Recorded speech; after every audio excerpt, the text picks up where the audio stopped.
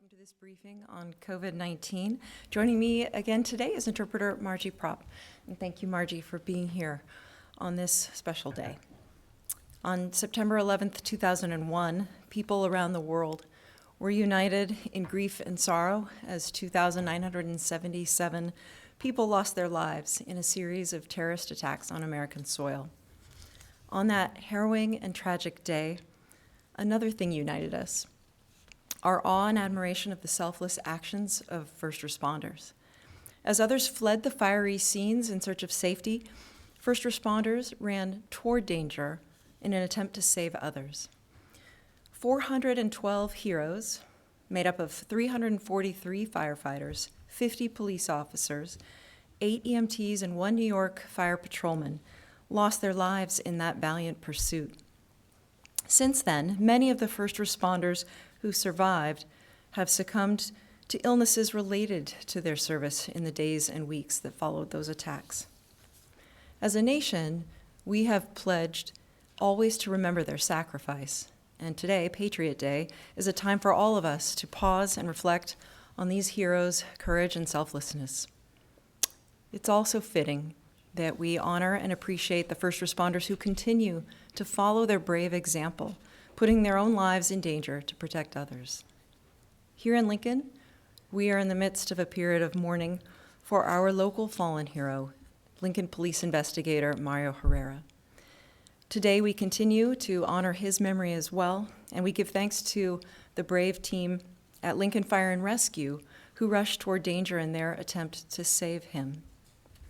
Our country and our world are divided on many issues, but on Patriot Day, we are unified by our pride in our first responders and gratitude for their heroic services, day in and day out. Earlier this week, I declared a period of mourning in our community to honor the service of Investigator Herrera, who passed away Monday from the wounds he suffered in the line of duty. That period of mourning extends through tomorrow, which is the day of his funeral services at Pinnacle Bank Arena. Information on his services is available on our city website, lincoln.ne.gov. As this hero is laid to rest tomorrow, our community will continue to hold his family close in our hearts, and we will never forget the sacrifices that he and his family have made for our great city. Sadly, we have more condolences to offer this week. Lancaster County Sheriff's Officer Deputy Troy Bailey passed away on Tuesday due to a heart attack. And on behalf of our entire city, I offer sympathy and send strength to his family and friends and to everyone at LSO. It is with a heavy heart that I also report the recent passing of our friend Pat Haverty, who is Vice President of the Lincoln Partnership of Economic Development. Pat was not only committed to Lincoln's growth, but he was also a very warm and genuine person. We offer our deepest condolences to his family, his friends, his colleagues. Finally, we extend our sympathy to the loved ones of yet another one of our community members whom we lost to COVID-19 this week, a woman in her 50s who was hospitalized. We have now lost 21 local residents to this pandemic, and as a community, we can honor their memory by rededicating ourselves to our efforts to protect one another during this pandemic. As we work to do just that, we remind everyone that you may access the latest information and resources available on our website at covid19.lincoln.ne.gov.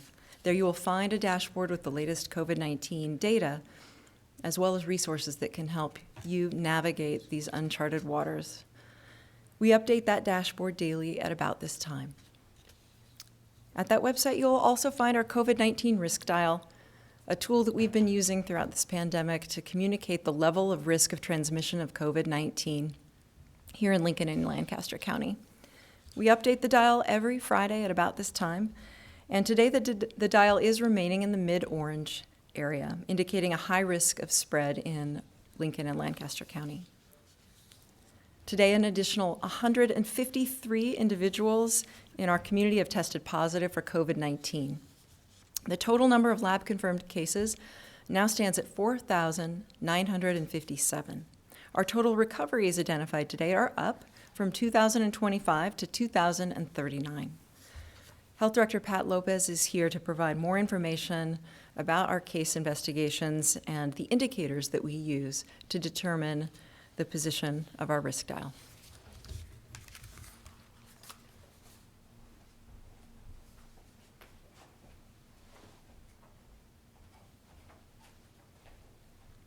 Thank you, Mayor.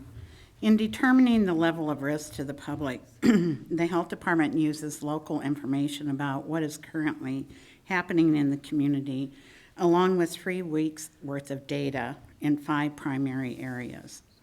Last week, we saw a new weekly high for the number of new cases reported at 476. So far this week, we have had 498 cases reported, another new high. The high number of cases is largely due to 2 factors. One is students returning to local colleges and universities.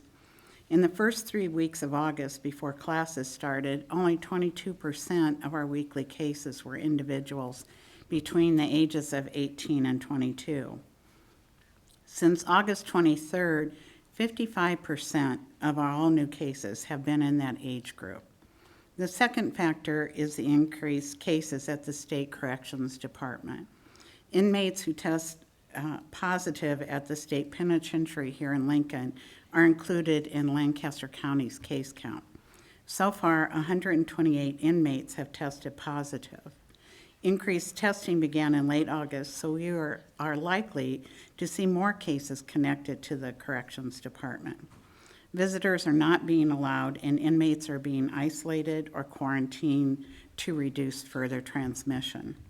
To give you an idea of the impact of these 2 factors on our new case numbers, let's look at today's total of 153 new cases. The state penitentiary accounts for 66 of those new cases, or 43%. The 18 to 22 age group accounts for 51 of those new cases, or 34%. The 7-day rolling average of daily cases also shows how quickly our local situation has changed since college students returned to Lincoln. In mid-August, the average was mostly in the low to mid-20s. Since then, the average has increased, hitting an all-time high of 83 on September 1st. While the number of daily cases can fluctuate quite a bit, the 7-day rolling average graph allows us to more easily see trends. The average weekly positivity rate also has gone up from 6.8% the week ending August 22nd to 10% the week ending August 29th, and then to 13.3% the week ending September 5th. The increase is largely due to the increased testing of college students who are at higher risk of contracting the virus due to their social activities and not wearing face masks or maintaining appropriate physical distance. While we have identified 96 cases associated with K through 12 schools, however, we continue to have no confirmed transmission of the virus in any school or classroom setting at any level of educational institutions in Lancaster County. Our educators are doing an outstanding job of protecting students, teachers, and staff in school. The new cases are due to increased social activities outside of the school setting. We need students and families to follow the measures that are working, wearing a face mask, physically distancing when with others. As of today, more than 65,000 people have now been tested in Lancaster County, and testing remains widely available. Over 3,500 tests were completed the week ending September 5th, and so far this week, about 3,500 people have been tested. The turnaround time for receiving test results has been fairly steady overall. However, recently we had seen a delay in receiving lab results from the state. The state reporting issue over the past week accounts for lower case numbers reported over the holiday weekend and higher number of daily cases reported this week. We did not receive any testing results for Test Nebraska on Saturday, Sunday, or Monday. and very few results on Tuesday. This caused a backlog of test results that were reported when we received Wednesday and Thursday, which we received Wednesday and Thursday this week. That inflated the case numbers for the last couple of days. Ideally, we would like to have test results within 24 hours of the test. Over the past 3 weeks, the average turnaround time had been 2.6 days. But due to the state reporting issue, the average so far this week is 3.4 days. This delay in getting result delays the start of contact tracing, which is essential in preventing outbreaks and clusters. Our nurses continue to do a great job once they get the results. Since September 1st, they have been able to complete 96% of the case investigations within 24 hours of the lab report. The number of COVID patients in Lincoln hospitals has been trending higher in the past few weeks, but hospital capacity remains adequate. The number has increased from 10 on August 19th to 27 patients reported today. 9 are from Lancaster County and 18 from other communities. Our hospital capacity and ICU bed availability are impacted by the number of cases in the whole region. This week, the ICU bed availability has been close to 48%. Again, the position of our risk dial is determined by current local information and multiple data indicators from the previous 3 weeks. This map shows how the metrics are plotted on our color-coded risk areas to show why the dial remains in mid-orange or the high-level risk. Toward the bottom left, you will see that testing availability, contact tracing availability are near green. Towards the middle, you'll find the ICU availability in elevated yellow. Toward the upper right, we see that all other metrics are in the orange area. You will find the location of the risk dial represented by the blue square outline in red near the mid-orange section. Our primary concern at this point in the pandemic continues to be that the spread in college students will impact a greater proportion of older adults in Lincoln who are more likely to have more severe illness. The majority of college students live off campus and work in our community. We again want to stress that the increase in new cases is not just a college campus problem. It is our community's problem, and we all need to be part of the solution by taking action to protect ourselves and others. Our schools and colleges have worked tirelessly to put safety measures in place, and data show that these measures are working. We continue to need students, families, and the general public to follow these effective measures outside of work and school. Continue to avoid large gatherings. Please wear a mask. Everyone is required to wear a mask in all indoor areas open to the public when unable to maintain physical distancing of at least 6 feet from another person. We need to maintain a physical distance of at least 6 feet, even when we are in outdoor gatherings. Practice good hand hygiene. If soap and water are not readily available, use alcohol-based sanitizer containing at least 60% alcohol. If you don't feel well, stay home. Before heading out, take your temperature and check yourself for symptoms. If you are concerned, get a test. We recently announced that we have extended our local directed health measure to the end of September. We do have some changes to our directed health measure that will take effect on Monday. We have updated the occupancy for confined outdoor spaces. We have changed it from 75% occupancy not to exceed 10,000 to 75% of occupancy not to exceed 30,000.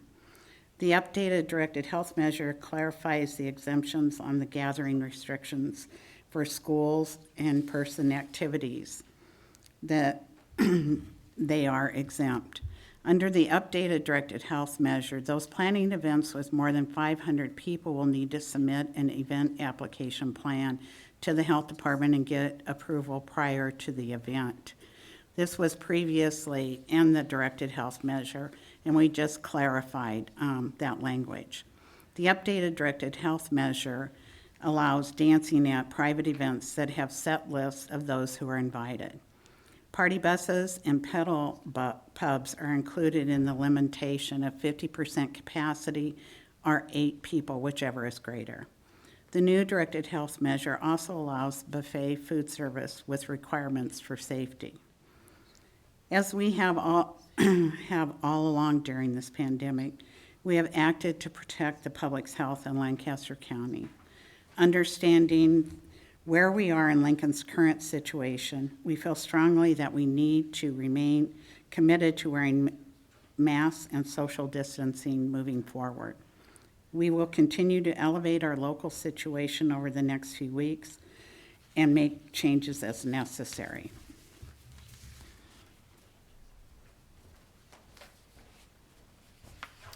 Thank you, Director Lopez. Beyond the important health measures that empower all of us to be greater than this virus, stable, quality housing plays an important and fundamental part in keeping our residents safe and healthy during this pandemic. As members of our community have lost work or jobs and hours, their ability to maintain housing has become more precarious. That's why our city's Urban Development Department has worked so hard over the past few months to collaborate with community partners and keep Lincolnites housed. We are pleased to share with you that Lincoln is receiving $728,000 in Federal CARES Act funding for its program to help people who are struggling to pay for rent, mortgages, or utilities due to COVID-19 and its economic impact. This new funding is in addition to the $4 million in CARES funding that the city received previously back in July, funds which included $975,000 for housing and utilities assistance. The new funds were received through a grant which was submitted by the Lincoln Community Foundation in collaboration with the city and the UNL Center on Children, Families, and the Law. The Nebraska Children and Families Foundation is providing an additional $100,000 match for these federal dollars. These new resources will help provide assistance for many individuals and families who continue to struggle with housing during this pandemic. Thank you so much to our partners for helping us secure this vital funding that helps our residents meet basic needs and provides hope to the most vulnerable in our community. Dan Marvin, our Director of Urban Development, is here with more details.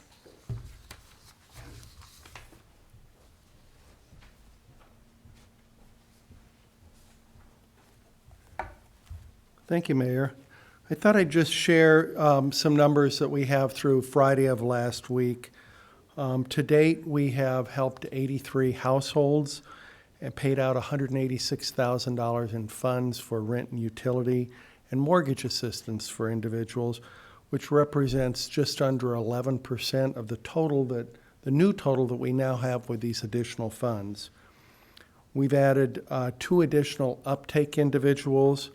We're certainly grateful for our partners at the Lincoln Community Foundation who's issuing the checks for all of these applicants, and the amount that we received here has nearly doubled the amount to over $1.8 million. So we're pleased that we're capable of helping people stay in their homes, avoid foreclosures, and we will continue our efforts for as long as we have the funding.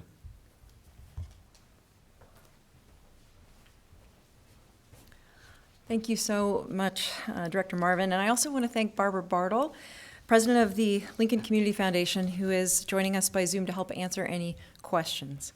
You can find more information on these grant funds on our website, covid19.lincoln.ne.gov, at the Resident Resources page.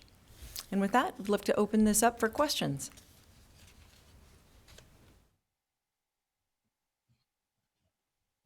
Any questions from the media?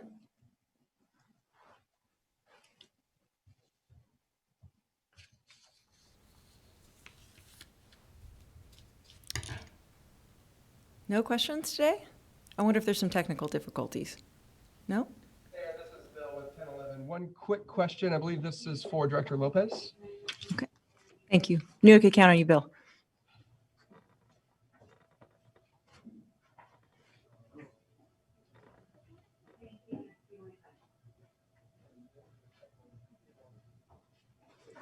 Hi, Bill.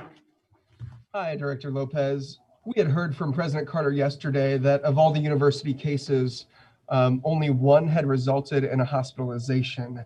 I was looking to verify that with you and see if it had changed in the last 24 hours. I'm not aware of any change at all in that bill.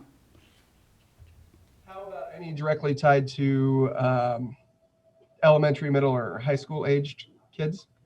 No. We've been not made aware of any of those situations. Thank you. Mhm.